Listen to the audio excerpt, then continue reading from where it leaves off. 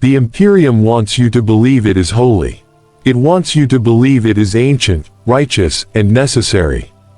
It wants you to believe that without it, humanity would vanish screaming into the void, devoured by monsters, demons, and alien gods that hunger for human souls.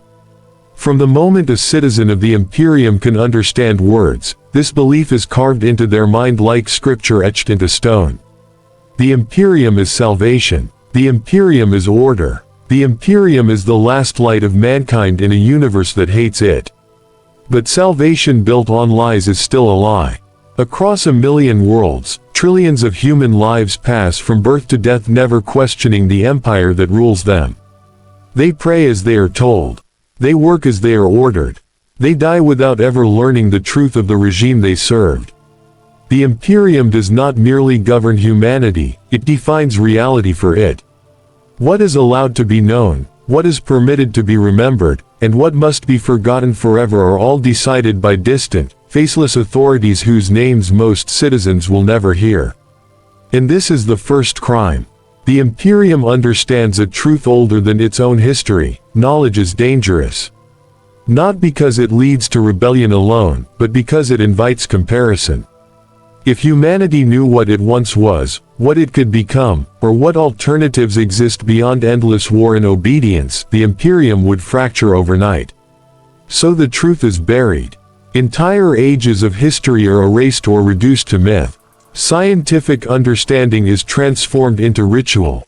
Machines are worshipped because understanding them would require curiosity, and curiosity leads to questions. Questions lead to heresy. The average imperial citizen does not know why their world exists, only that it must serve. They do not know why ships travel through hell itself to cross the stars, only that it is necessary. They do not know what truly happened during humanity's greatest wars, only the sanitized legends approved by the ecclesiarchy. To know more than you are permitted is not a virtue. It is a death sentence. The Imperium calls this protection. It claims that ignorance shields humanity from horrors too vast to comprehend. That the truth would drive entire populations mad, collapse morale, and invite damnation. And in a sense, this is not entirely false. The galaxy is unbearable. It is cruel beyond imagination. But the Imperium does not hide the truth merely to protect humanity from despair, it hides it to protect itself from accountability. Because once the lie cracks, the question follows. If the Imperium is humanity's only hope, why does it rule through terror? On countless worlds, compliance is enforced not by loyalty, but by fear. Governors rule like kings, or tyrants, or mad gods, so long as they deliver quotas. Billions live and die in conditions that would be considered crimes against humanity in any other age, yet here, they are policy. Entire populations are worked to death, poisoned by industry, or sacrificed to maintain production lines that feed a war no one remembers the beginning of. And still, the Imperium insists it is benevolent. It calls itself the protector of mankind while crushing individuality beneath the weight of survival. A single human life means nothing. A million lives mean little. Only humanity as a concept matters, and even then, only insofar as it continues to exist tomorrow. There is no promise of a better future. There is only the promise that today will not be the last day. This is not hope. It is containment. The Imperium's greatest strength is not its armies or its fleets, it is its narrative. The story it tells itself and forces upon its people. A story where every atrocity is justified because the alternative is extinction. A story where morality is a luxury humanity can no longer afford. A story where asking whether something is right or wrong is irrelevant, so long as it works. And so, the lie becomes sacred. The ecclesiarchy preaches that suffering is divine. That hardship is proof of faith. That those who endure pain without question are closer to the emperor than those who doubt. In this way, despair is transformed into devotion. Anger becomes guilt. Resistance becomes sin. The Imperium does not merely silence dissent, it converts it into self-loathing before it can take shape. This is how an empire lasts 10,000 years. by convincing its people that they deserve nothing more than survival. The lie of the Imperium is not that it commits atrocities. Most citizens know, in some vague and distant sense, that horrors are done in the name of mankind. The lie is that there was ever another choice. That this was the only possible path. That without these crimes, humanity would already be extinct, forgotten, erased from the stars. But the deeper truth, the one buried beneath layers of doctrine and fear, is far more unsettling. The Imperium did not stumble into cruelty by accident. It chose it. Long ago, when humanity still remembered what progress meant, when knowledge was not heresy and innovation was not a sin, other paths existed. Paths that were dangerous, flawed, uncertain, but human. Those paths were abandoned, burned, and declared forbidden. Not because they failed, but because they threatened control. And control is the Imperium's true religion. Every prayer, every law, every execution serves the same purpose, to keep humanity alive in a form that can be managed. Predictable, obedient, afraid, the Imperium does not trust humanity to survive on its own terms. It does not believe humans deserve freedom in a universe so hostile. So it cages the species inside an empire of iron, lies, and endless war, and calls that cage salvation. This is where the darkest crimes begin. Because once an empire convinces itself that survival is the only virtue, there is no atrocity it cannot justify. No line it will not cross. No number of dead it will not accept. And in the name of keeping humanity alive, the Imperium commits its first, quiet sin, one so complete that most never realize it has happened at all. It steals the truth, and without truth, humanity does not live. It merely endures. Because in the Imperium of Man, that number is not counted in thousands, or even millions. It is counted in worlds. Before we descend fully into the crimes themselves, there is something you must understand, something the Imperium never allows its citizens to see clearly. The Imperium does not think in terms of people. It thinks in terms of resources. Populations are statistics. Planets are assets. Human lives are fuel, measured only by how efficiently they can be spent to delay extinction. Once you understand this, the darkness of what follows no longer feels shocking, it feels inevitable. If you stay until the end of this story, you will understand something most never confront. The Imperium's greatest victories are built on crimes so vast that no individual could ever be blamed for them, and that is precisely the point. From the highest halls of Terra to the most distant hive world choking on its own pollution, the Imperium operates on a single, ruthless principle: humanity must survive, no matter the cost to humans themselves. This belief is not debated. It is not questioned. It is treated as a fundamental law of reality, as unchangeable as gravity. And once that law is accepted, every horror becomes reasonable. Entire populations are born already condemned. On countless worlds, citizens exist solely to meet production quotas, food, weapons, manpower, until their bodies fail. There is no expectation of reward, no promise of a better tomorrow. Generations are consumed without ceremony, without remembrance, without even the dignity of acknowledgement. They are not martyrs. They are inventory. And the Imperium calls this necessary. When a planet becomes inconvenient, infected, rebellious, inefficient, or simply too costly to defend, the decision is swift. There are no tribunals, no evacuations for the innocent, no last chances. The world is erased, sometimes with fire, sometimes with silence. Billions die not because they were guilty, but because they were acceptable losses. The paperwork will record it as a strategic success. This is not cruelty born from desperation in a single moment. This is policy refined over 10,000 years. The Imperium has learned that if sacrifice is constant, it stops feeling like sacrifice at all. It becomes routine. Clerks approve death tolls larger than ancient civilizations ever reached. Generals trade entire armies for minutes of delay. Administrators balance ledgers where the currency is human suffering, and the goal is not victory, but continuation. One more day. One more year. One more century. This is the crime of infinite sacrifice, the belief that there is no number too high, no loss too great, as long as the species technically continues to exist. Individual lives are meaningless because humanity is eternal. Or so the Imperium claims. But here is the quiet horror it never addresses. A species that survives only by endlessly devouring itself is not thriving. It is starving in slow motion. The Imperium does not mourn its dead. It cannot afford to. To mourn would require acknowledging the scale of what has been lost, and that acknowledgement would break the illusion that all of this is worth it. So instead, the dead are anonymized, forgotten, reduced to numbers that disappear into reports no one will ever read twice. And still, the machine demands more. New generations are raised knowing their purpose is not to live, but to be used. They are taught obedience before language, duty before identity, fear before hope. The Imperium does not promise them happiness. It promises them relevance. To be useful before they are expendable. To die correctly. This is the bargain at the heart of the Imperium. Give up your life, your dreams, your future, and in return, humanity survives a little longer.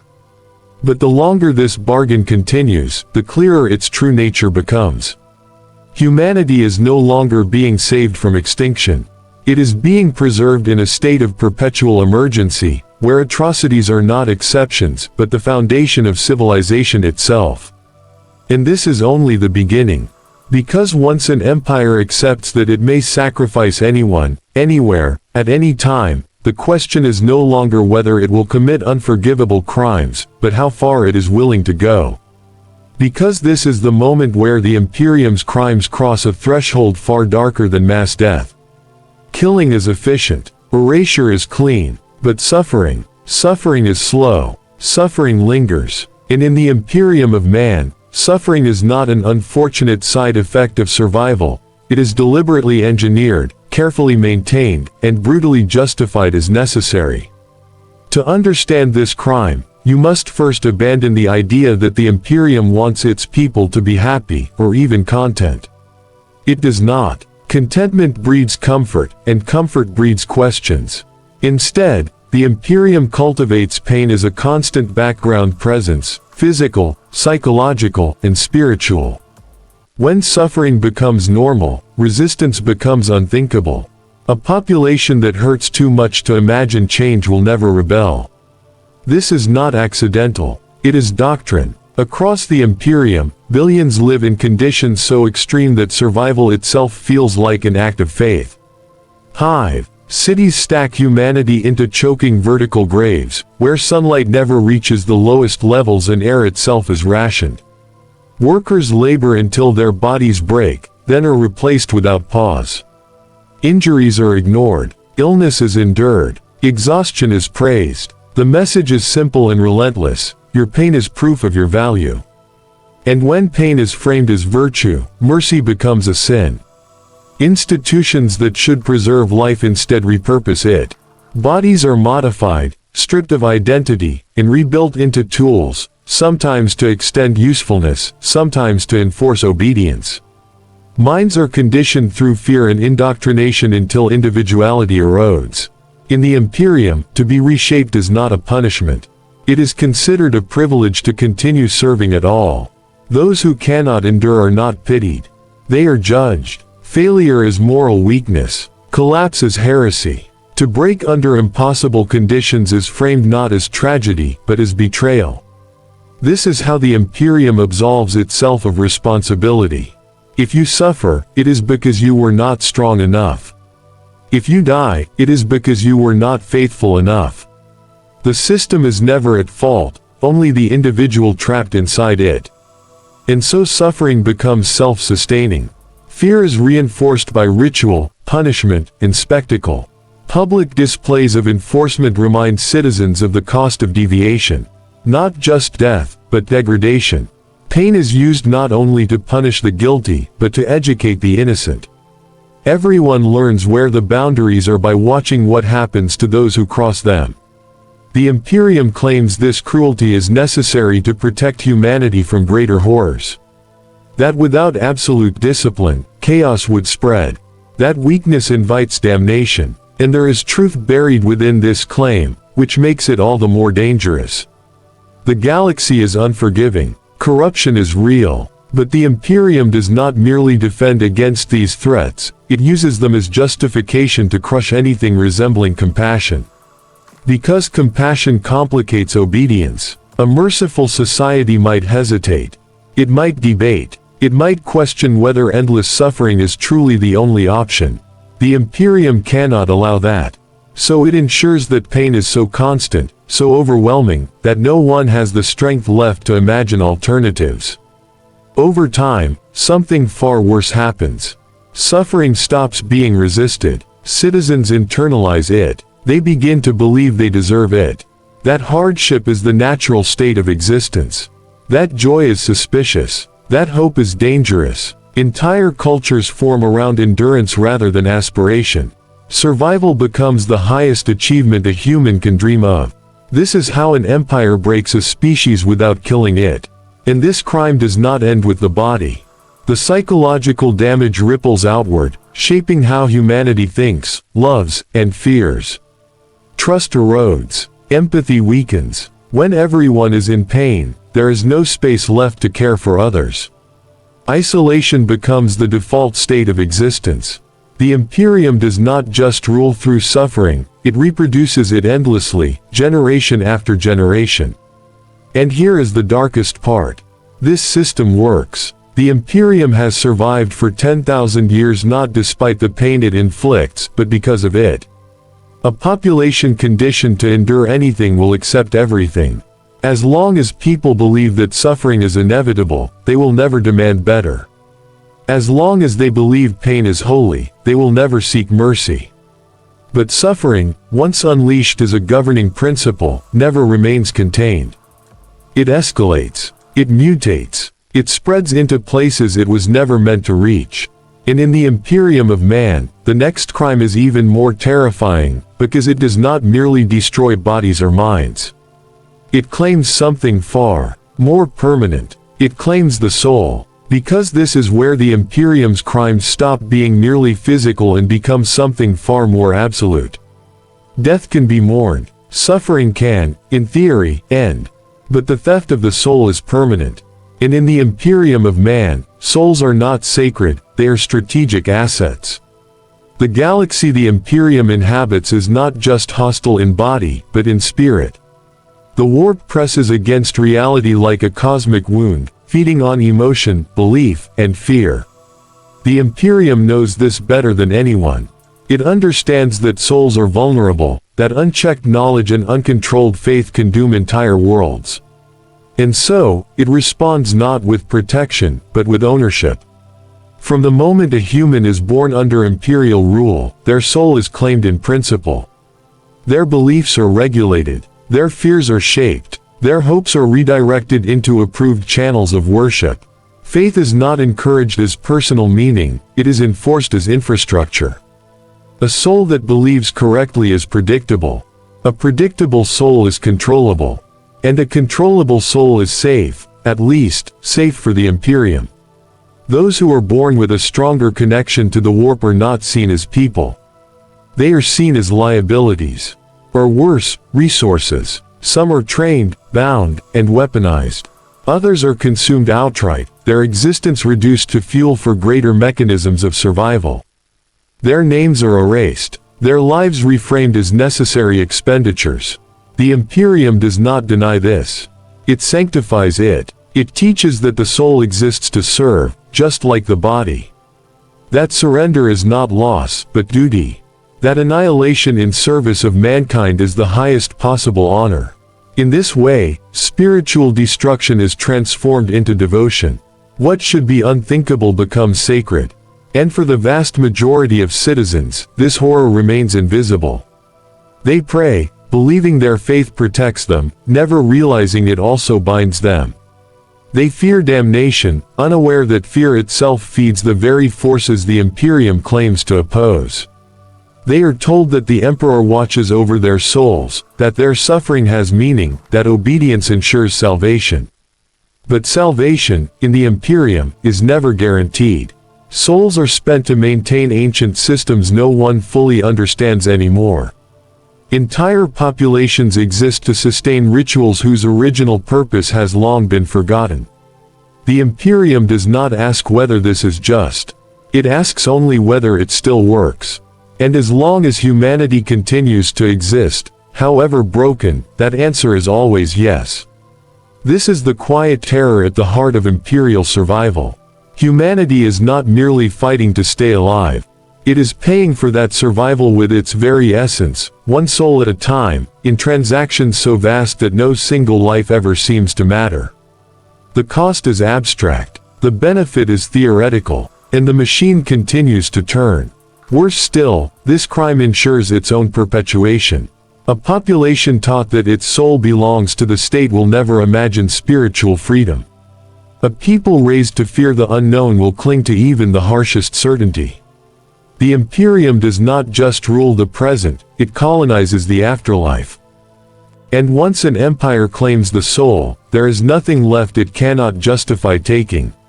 Not the body, not the mind, not the future. Because when survival demands everything, humanity is left with only one question, one the Imperium will never allow it to answer honestly. Is existence without freedom truly life at all? And with that realization hanging over the galaxy like a silent verdict, the Imperium's crimes deepen still further, no longer content with sacrificing and controlling humanity, but reshaping it into something unrecognizable in the name of eternal war. Because this is where the Imperium's justification becomes almost impossible to distinguish from its damnation. When survival is the only virtue left, humanity itself becomes optional.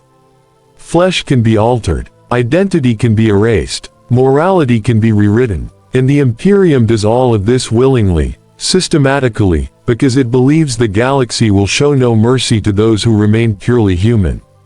The Imperium does not simply train soldiers. It manufactures weapons that once were people.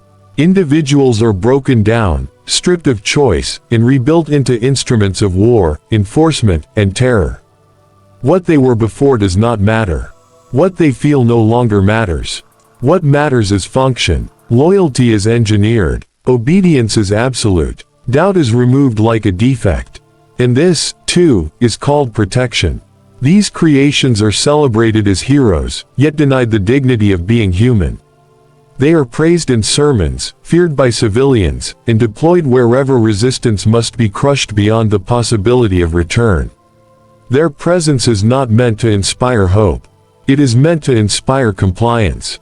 When they arrive, debate ends.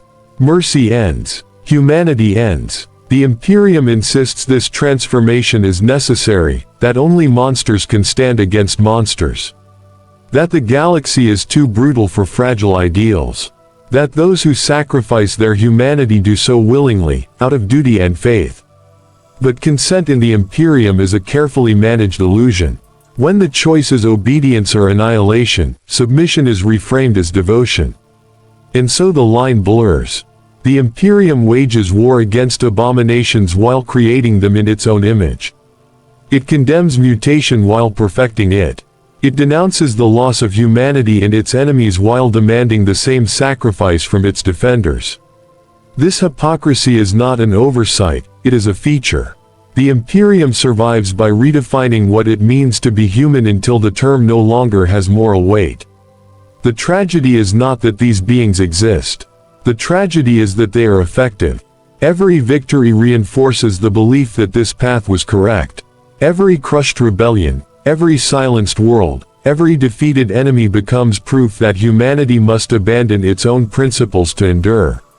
Success becomes the ultimate justification. And once success is all that matters, there is no incentive to stop.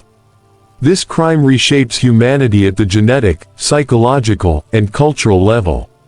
Over generations, the definition of normal shifts. What once would have been unthinkable becomes expected.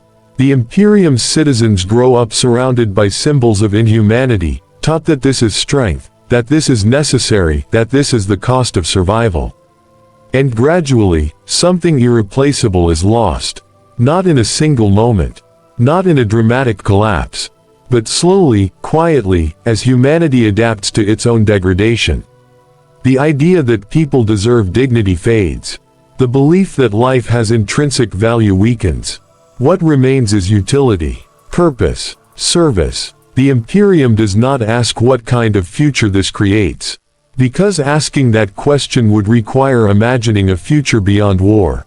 And that is the next crime, perhaps the most irreversible of all. The Imperium does not merely fight endless war, it depends on it. Because this is the crime that binds all others together, the truth the Imperium can never admit, even to itself. War is not just the Imperium's condition. It is its purpose. Without war, the machinery of sacrifice, suffering, and control would grind to a halt.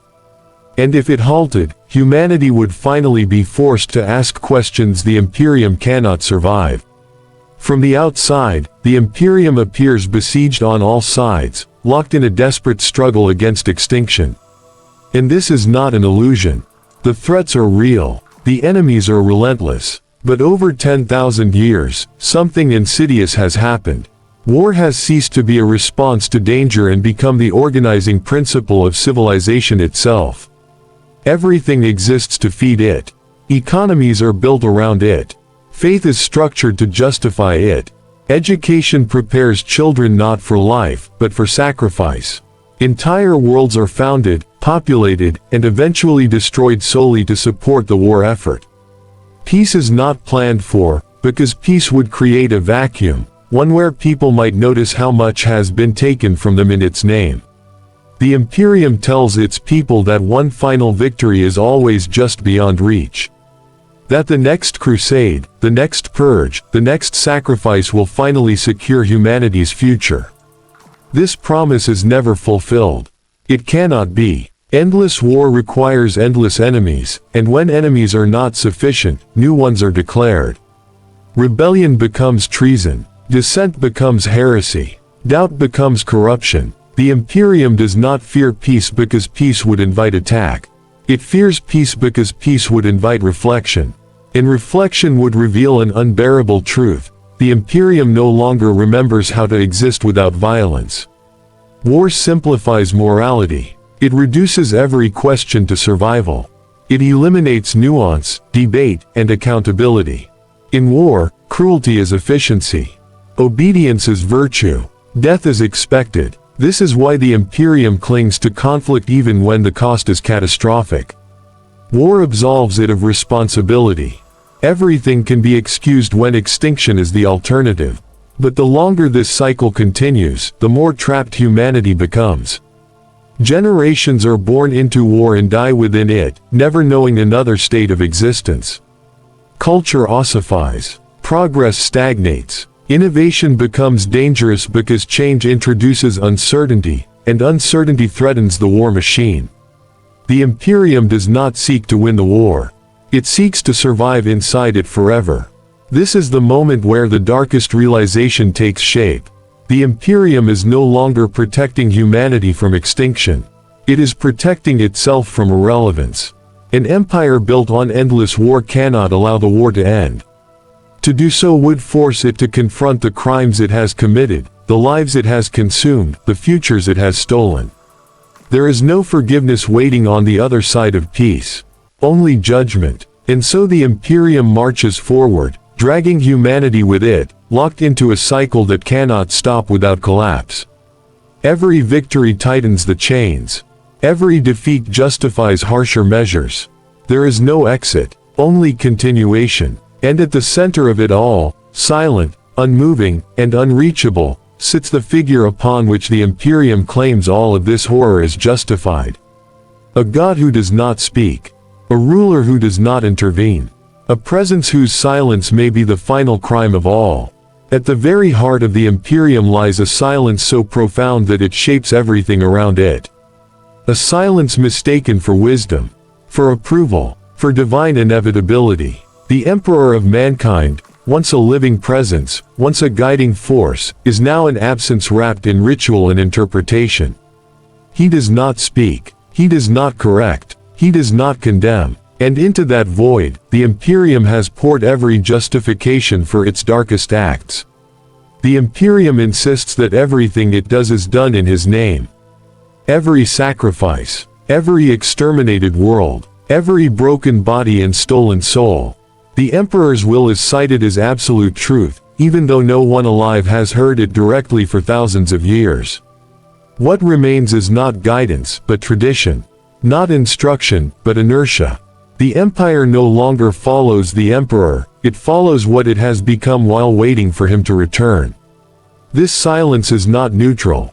It is the space in which interpretation becomes law. Priests, lords, and institutions speak for the Emperor, each claiming authority, each shaping his will to fit their needs. Over time, the original vision is lost beneath layers of doctrine and fear. What began as a desperate attempt to save humanity hardens into something else entirely, a system that cannot imagine being wrong. Because if the Imperium ever admits that it has misunderstood him, then every crime committed in his name collapses into meaninglessness. So the silence must be holy. The Emperor's immobility is reframed as sacrifice. His suffering is proof. His absence is a test of faith. And the Imperium leans into this narrative with desperate devotion, because it cannot survive without it. A God who speaks could object. A God who acts could intervene. But a God who is silent can be used to justify anything. And so the Imperium listens not for answers, but for permission. This is where the moral collapse becomes complete. There is no longer even the illusion of accountability. No higher authority to appeal to. No final judgment waiting beyond the horizon. The Imperium has placed itself in the role of interpreter, executor, and judge of humanity's fate. It no longer asks whether something should be done, only whether it can be done efficiently. The tragedy is that the Emperor may never have intended this. But intent no longer matters. 10,000 years of survival through atrocity have transformed the Imperium into something that cannot stop, even if it wanted to. It does not know which parts of its cruelty are necessary and which are simply habit. And without a voice to guide it, the Empire chooses the safest path it knows: escalation. More control, more sacrifice, more suffering. Because change requires faith in the future, and the Imperium has none left. In this silence, humanity commits crimes not out of malice, but out of momentum. A civilization so massive, so entrenched, that no single individual can redirect it. Everyone plays their role. Everyone follows orders. Everyone insists they are only doing what must be done. And that may be the most damning truth of all. The Imperium does not need a tyrant. It has become one. What follows from this silence is not chaos, but inevitability. A final realization that all paths now lead in the same direction. That the crimes meant to preserve humanity have shaped it into something that can no longer recognize itself. And when that realization finally takes hold, there is only one question left to ask, one that the Imperium will never allow itself to answer. What has humanity truly survived, and what did it lose forever in the process? It is not the mass deaths. It is not the engineered suffering. It is not even the theft of souls or the transformation of humans into tools of war.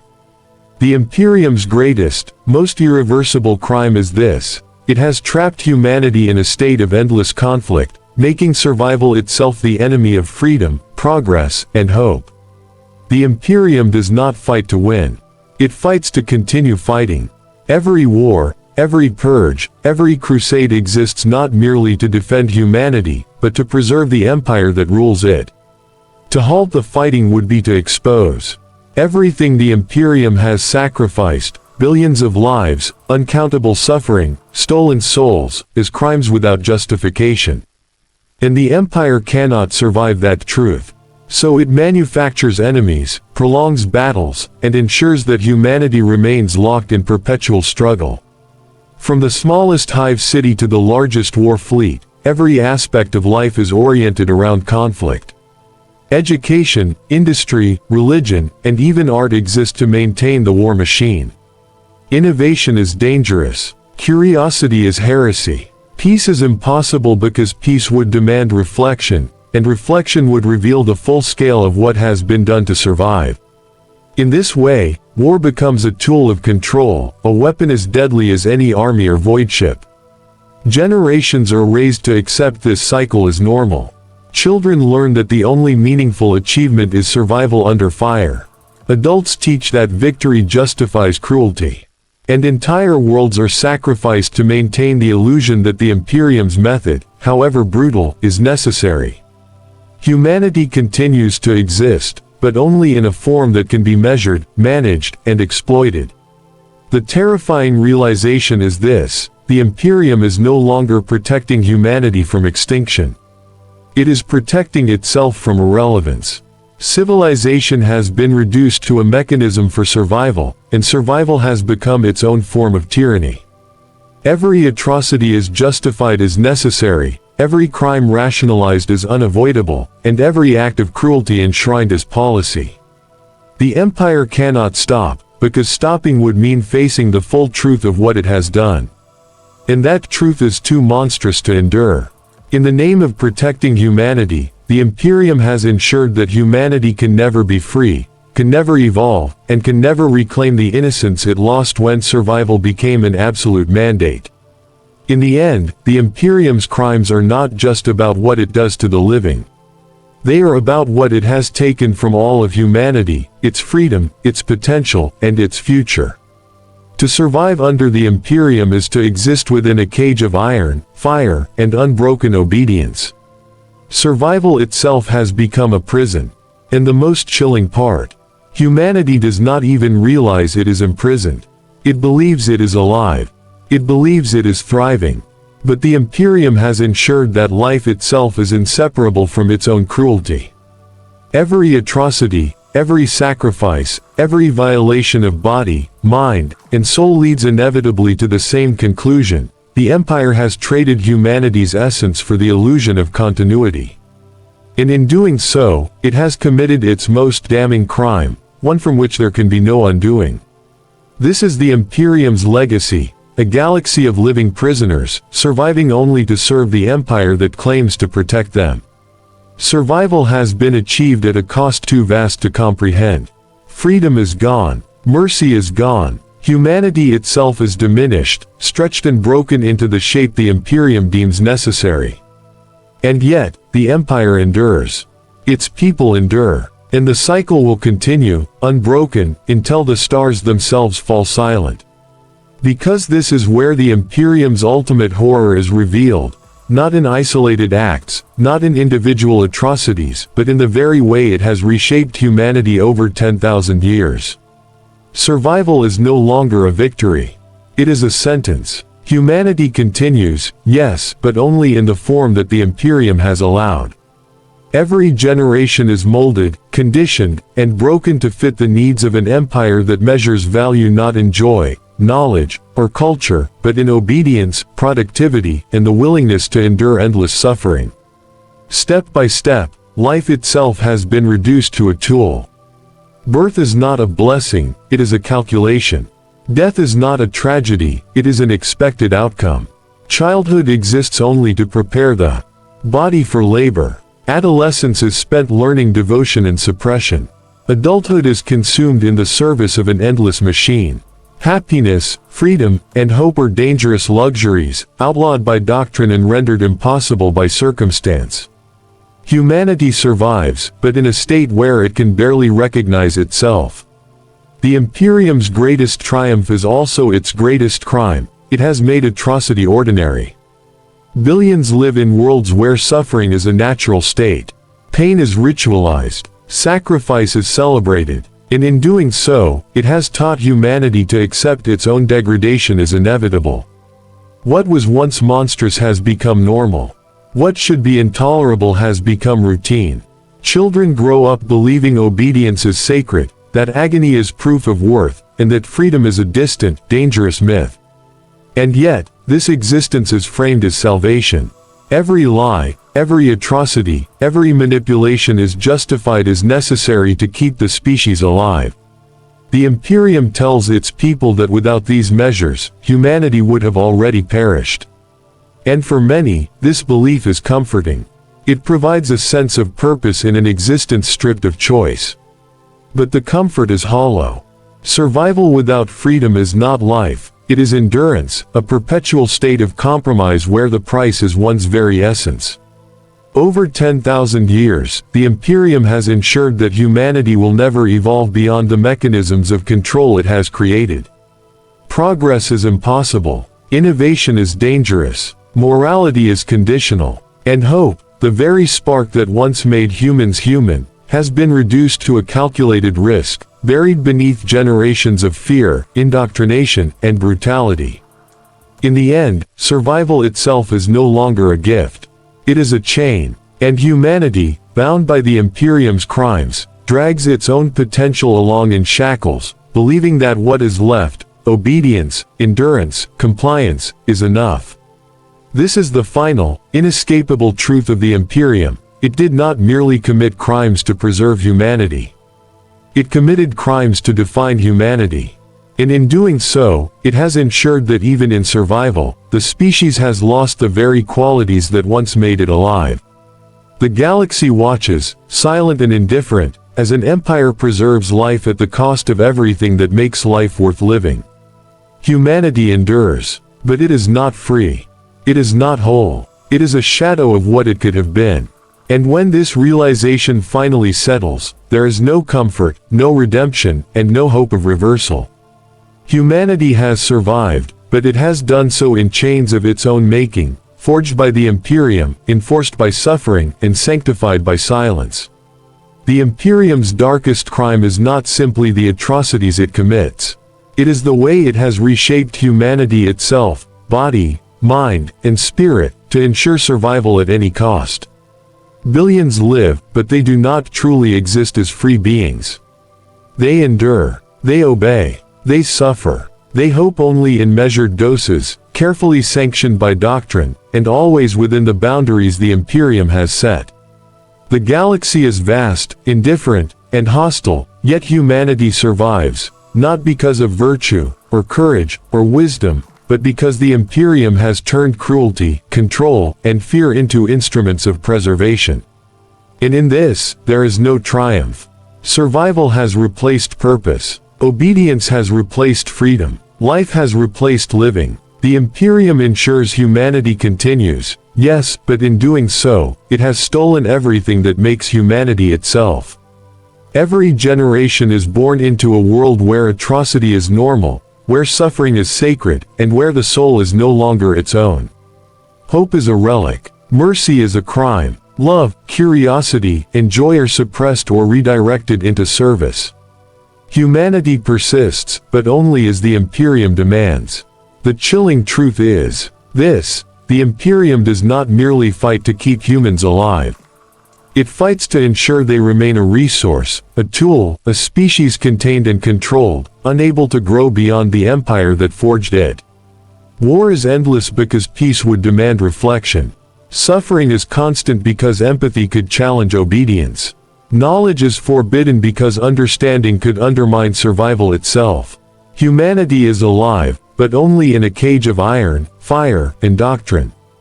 And in the quiet moments between battles, when the stars themselves seem to hold their breath, a realization creeps through the minds of the few who dare to think freely: the Imperium's protection is indistinguishable from imprisonment. Every act of preservation is also an act of theft, from life, from soul, from the future. Humanity continues not because it is thriving, but because it has been reshaped to endure. And enduring, in this empire, is the closest thing to victory that exists. The Imperium promised salvation.